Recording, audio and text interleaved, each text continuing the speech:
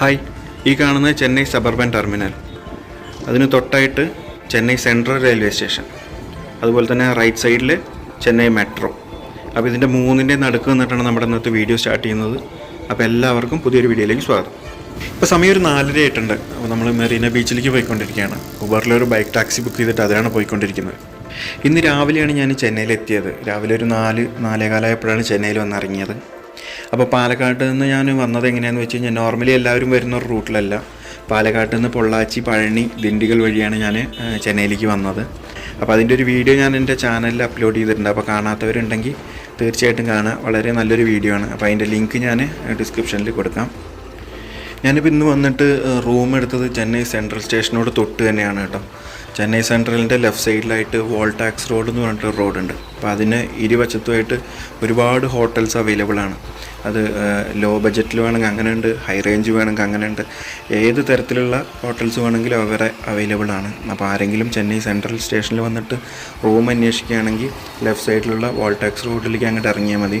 നമുക്ക് ഏത് തരത്തിലുള്ള റൂംസ് വേണമെങ്കിലും അവിടെ അവൈലബിൾ ആയിട്ടുണ്ട്. ചെന്നൈ സെൻട്രൽ സ്റ്റേഷനിൽ നിന്ന് മെറീന ബീച്ചിലേക്ക് ഏകദേശം ഒരു 3 കിലോമീറ്റർ മാത്രമാണ് ദൂരമുള്ളത്. അതുപോലെ തന്നെ അവിടേക്ക് പോകുന്ന വഴിയൊക്കെ വളരെ ഭംഗിയുള്ള വഴികളാണ്. പാലങ്ങളൊക്കെ ആണെങ്കിലും നല്ല കളർഫുള്ളായിട്ടുള്ള പാലങ്ങൾ. അതുപോലെ തന്നെ മൊത്തം കാണാൻ ഒരു പ്രത്യേക ഭംഗിയുള്ളൊരു വഴിയാണ് മെറീന ബീച്ചിലേക്കുള്ളത്. അത് മെറീന ബീച്ചിലേക്ക് എന്നല്ല, ഈ ചെന്നൈയിലെ ഒരുവിധം എല്ലാ റോഡുകളും നല്ല ഭംഗിയുള്ളതാണ്. 2 സൈഡും മരങ്ങളും കാര്യങ്ങളൊക്കെ ആയിട്ട് ഒരു പ്രത്യേക ഭംഗിയാണ് ഇവിടുത്തെ റോഡുകളൊക്കെ കാണാൻ. അപ്പോൾ എന്തായാലും നമുക്ക് ആ ഭംഗിയൊക്കെ ആസ്വദിച്ച് നേരെ മെറീന ബീച്ചിലേക്ക് പോകാം.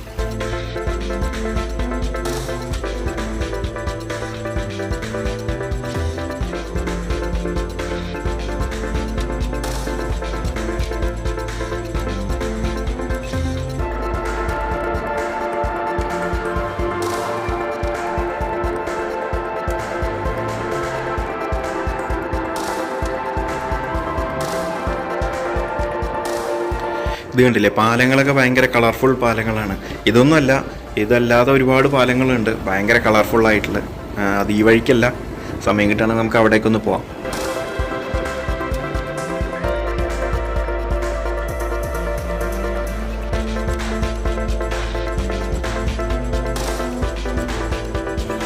നമ്മളിപ്പോൾ എത്തിയിരിക്കുന്ന മെറീന ബീച്ചിൻ്റെ സ്റ്റാർട്ടിങ്ങിലാണ് കേട്ടോ. ഈ കാണുന്നത് കരുണാനിധിയുടെ ശവകുടീരമാണ്. ഇതുകൂടാതെ തന്നെ ഇവിടെ ജയലളിതയുടെയും MGRൻ്റെ ഒക്കെ ശവകുടീരങ്ങളുണ്ട്. അപ്പോൾ നമുക്ക് ഓരോന്നോരോന്നായിട്ട് കാണാം.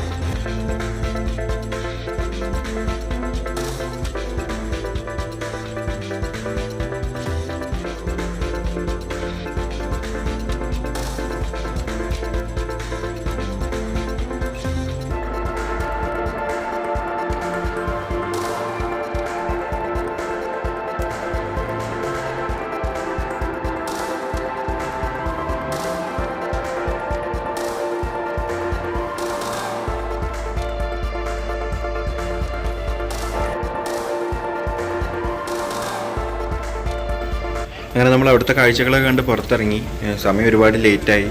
അതുകൊണ്ട് തന്നെ നമുക്കിനി ജയലളിതയുടെയും MGRൻ്റെ ഒന്നും കാണാനുള്ള ടൈമില്ല.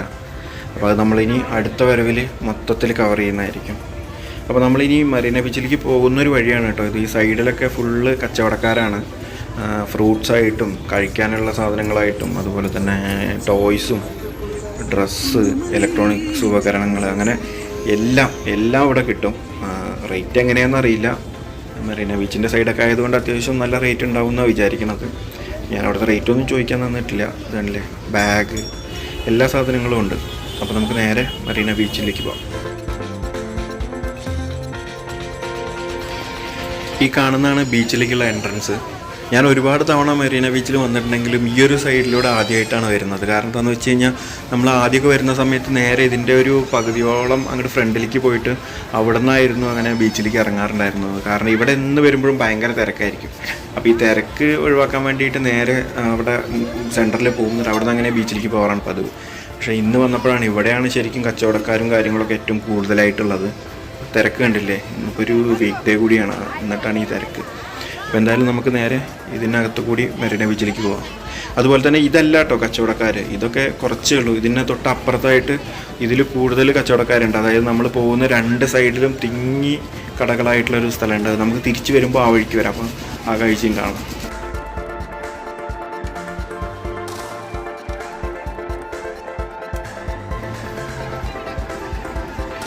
അതുപോലെ വേറൊരു കാര്യം എന്താണെന്ന് വെച്ച് കഴിഞ്ഞാൽ നമ്മൾ ഈ എൻട്രൻസിൽ നിന്ന് ബീച്ചിലേക്ക് എത്താൻ ഒരുപാട് ദൂരം നടക്കണം കേട്ടോ. അങ്ങനെ ഈ മണലിൽ കൂടെ ഒരുപാട് ദൂരം നടന്നു പോകണം. ശരിക്കൊരു കഷ്ടി 1/2 കിലോമീറ്ററോളൊക്കെ നമുക്ക് നടക്കുമെന്ന് തോന്നും. എത്രയാണെന്ന് എനിക്ക് കറക്റ്റ് അറിഞ്ഞൂടാ, ഞാൻ ജസ്റ്റ് പറഞ്ഞു എന്നേ ഉള്ളൂ.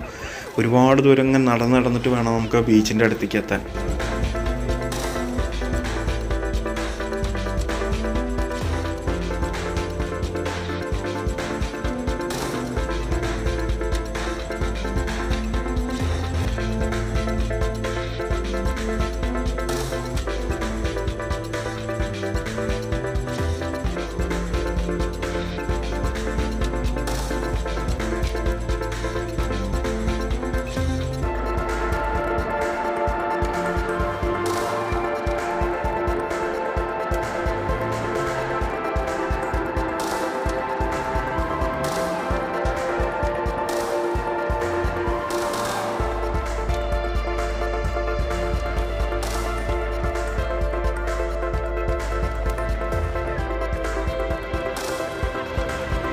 ഞാനിപ്പോൾ കുറേ നേരമായി നടക്കാൻ തുടങ്ങിയിട്ട്. നമുക്കിനി ഇത് കണ്ടില്ലേ, ആ ലൈറ്റൊക്കെ കാണുന്ന ആ അറ്റം വരെ നടന്നെത്തണം. അത് ഞാൻ തിരിച്ച് കാണിച്ചു തരാം. ഞാൻ ഏകദേശം ഇപ്പോൾ പകുതിയോളം എത്തിയിട്ടേ ഉള്ളൂ. അതോ കാണുന്നതാണ് നമ്മുടെ എൻട്രൻസ്. ഇവിടെ നോക്കിയാൽ ശരിക്കും കാണുന്നില്ല, സൂം ചെയ്തൊന്നും കൂടി കാണാൻ പറ്റും. ആ ലാസ്റ്റാണ് എൻട്രൻസ് വരുന്നത്. അപ്പോൾ ഞാൻ ഇത്ര ദൂരം നടന്നിട്ട് ഇതിൻ്റെ പകുതിയായിട്ടേ ഉള്ളൂ. ഇനി ഇത്രയും ദൂരം കൂടി മുന്നോട്ട് നടക്കാനുണ്ട്. അതാണ് ഞാൻ നേരത്തെ പറഞ്ഞത്. ശരിക്കും ഒരു 1/2 കിലോമീറ്ററൊക്കെ നടന്ന ഫീലാണ് നമ്മൾ ആ അറ്റത്ത് എത്തുമ്പോഴത്തേക്കും.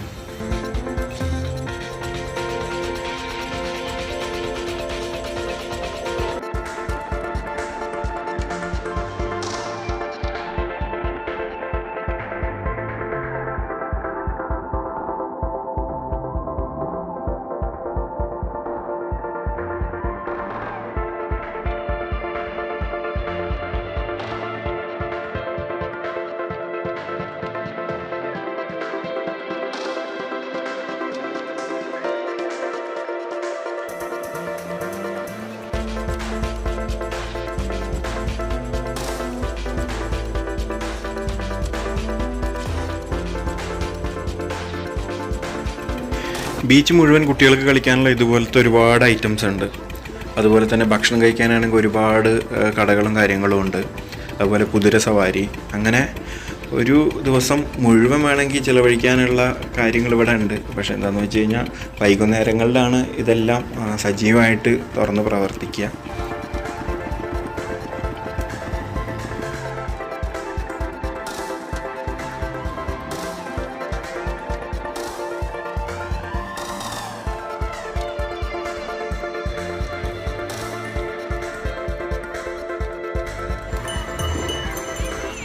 അങ്ങനെ നമ്മൾ നടത്താൻ തുടങ്ങിയിട്ട് ഒരുപാട് സമയമായി. ഇനിയും ബീച്ചിൻ്റെ അടുത്തേക്ക് എത്തിയിട്ടില്ല.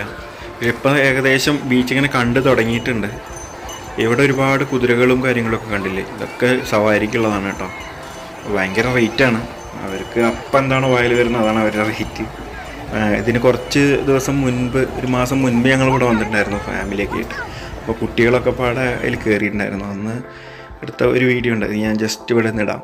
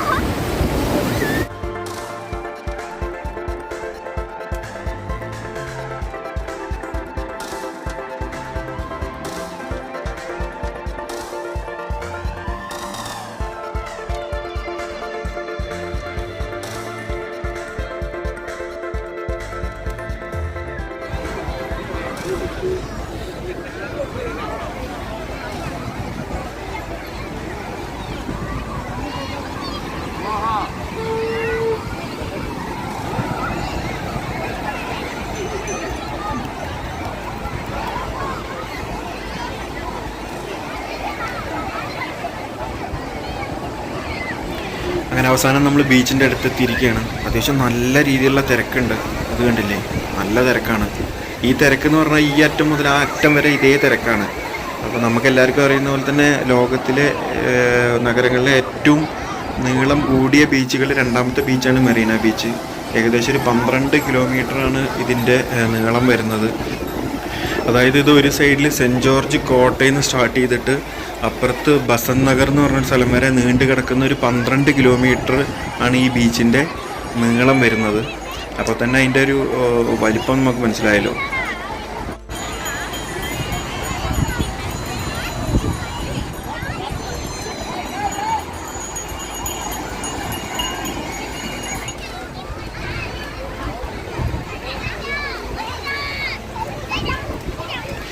ഇവിടെ നിന്ന് അങ്ങോട്ട് കാണുന്ന ലൈറ്റ് എല്ലാം കച്ചവടങ്ങളാണ് കേട്ടോ. ഒരുപാട് കച്ചവടക്കാരുണ്ടാവും. ഈ ബീച്ച് മുഴുവൻ കച്ചവടക്കാരാണ്. ഇവിടെ ഇല്ലാത്ത കച്ചവടങ്ങളൊന്നുമില്ല. മെയിനായിട്ട് ഫുഡ് ഐറ്റംസ് ആണ്. ഫുഡിൻ്റെ ഒരുവിധം എല്ലാ വെറൈറ്റീസും നമുക്ക് ഇവിടുന്ന് കഴിക്കാൻ പറ്റും. അതുപോലെ തന്നെ ടോയ്സിൻ്റെ കച്ചവടക്കാരുണ്ടാവും, ബാഗ്, അതുപോലെ ഈ ഒരുപാട് ശംഖ് വിൽക്കുന്ന ആളുകളുണ്ട്. അതുപോലെ ഒരുപാട് കുതിരകളെയും കൊണ്ട് നടക്കുന്ന ആളുകളുണ്ട് സവാരിക്ക് വേണ്ടിയിട്ട്. അതുപോലത്തെ ഇവിടുത്തെ ഒരു മെയിൻ ഐറ്റമാണ് ഫിഷ് ഫ്രൈ ചെയ്ത് തരുന്ന ഒരുപാട് ഷോപ്പുകളുണ്ടാകും. അപ്പോൾ അവർ പറയുന്നത് അവർ നേരെ കടലിൽ നിന്ന് പിടിച്ചിട്ട് ഫ്രഷ് ഫിഷ് നമുക്ക് ഫ്രൈ ചെയ്ത് തരുന്നൊക്കെയാണ് പറയുന്നത്. അതിൽ എങ്ങനെയാണ് അതിൻ്റെ കാര്യങ്ങളെന്ന് എനിക്ക് അറിഞ്ഞുകൂടാ. അതുപോലെ തന്നെ അത് എത്ര ഹൈജീനാണെന്നും അറിയില്ല. പൊതുവേ അത് ഭയങ്കര ടേസ്റ്റി ആണ് എന്നാണ് പൊതുവേ ഉള്ളൊരു അഭിപ്രായം. അപ്പോൾ അതൊക്കെ വന്നിട്ട് അവരവരുടെ റിസ്കിൽ കഴിച്ച് നോക്കാവുന്നതാണ്. ഇതാണ് ഞാൻ നേരത്തെ പറഞ്ഞ ഫിഷിൻ്റെ ഷോപ്പ്. ഇങ്ങനത്തെ ഒരുപാട് ഷോപ്പ് ഇവിടെ ഉണ്ട്. ആ കാണുന്ന മീനുകളിൽ നമുക്ക് താല്പര്യമുള്ള മീൻ ഏതാണെന്ന് വെച്ചാൽ സെലക്ട് ചെയ്തിട്ടുണ്ടെങ്കിൽ അവർ അതിൻ്റെ റേറ്റ് പറയും. എന്നിട്ട് അവർ നേരെ നമുക്കത് പൊരിച്ച് തരും. അങ്ങനെയാണ് ഇവിടുത്തെ ഒരു സിസ്റ്റം.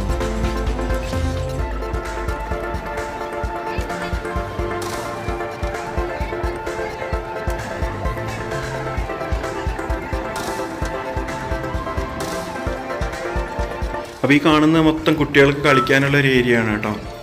ഒരുപാടുണ്ട്. അങ്ങോട്ട് നോക്കിയാൽ കാണില്ല, അങ്ങനെ കണ്ണെത്താത്തത്ര ദൂരം പരന്ന് കിടക്കുകയാണ്.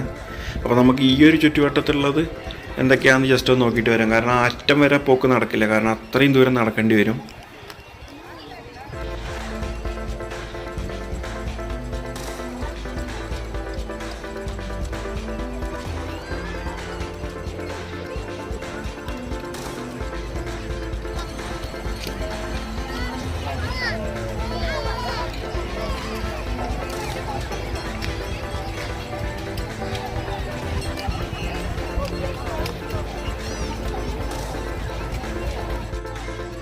ഞാൻ മെറീന ബീച്ചിൻ്റെ എൻട്രൻസിലെത്തിയ സമയത്ത് പറഞ്ഞിട്ടുണ്ടായിരുന്നില്ലേ, ഇതെല്ലാം മെയിൻ വഴി തൊട്ടപ്പുറത്താണ്, അവിടെയാണ് ഒരുപാട് ഷോപ്പൊക്കെ ഉള്ളത് എന്ന് പറഞ്ഞിട്ടുണ്ടായില്ലേ.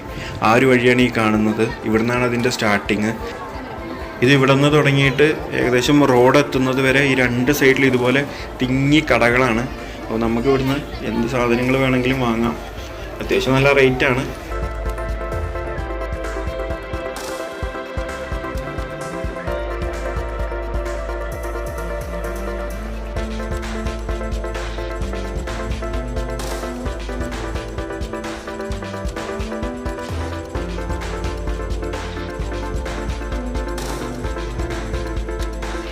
നമ്മൾ തിരിച്ച് വീണ്ടും എൻട്രൻസിൻ്റെ അവിടെ എത്തിയിരിക്കുകയാണ്.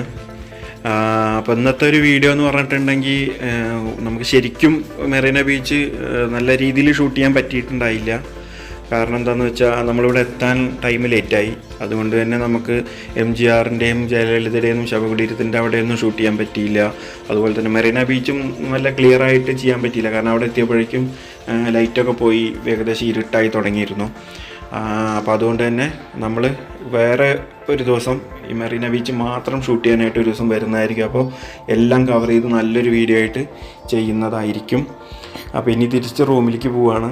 റൂമിലേക്ക് പോകുന്നത് വലിയൊരു ടാസ്ക്കാണ്. കാരണം ഇനി ഊബർ ബുക്ക് ചെയ്ത് കഴിഞ്ഞാൽ ഒരുപാട് ടൈം കഴിഞ്ഞിട്ട് ഊബർ ബുക്കാവുള്ളൂ. കാരണം ഇപ്പോൾ നല്ല തിരക്കുള്ളൊരു സമയമാണ് ഇവിടെ. എല്ലാവരും തിരിച്ച് വീട്ടിൽ പോകുന്നൊരു സമയമായതുകൊണ്ട് തന്നെ ഊബർ ബുക്ക് ചെയ്ത് വീട്ടിലെത്തുമ്പോഴേക്കും നല്ലൊരു ടൈമാവും.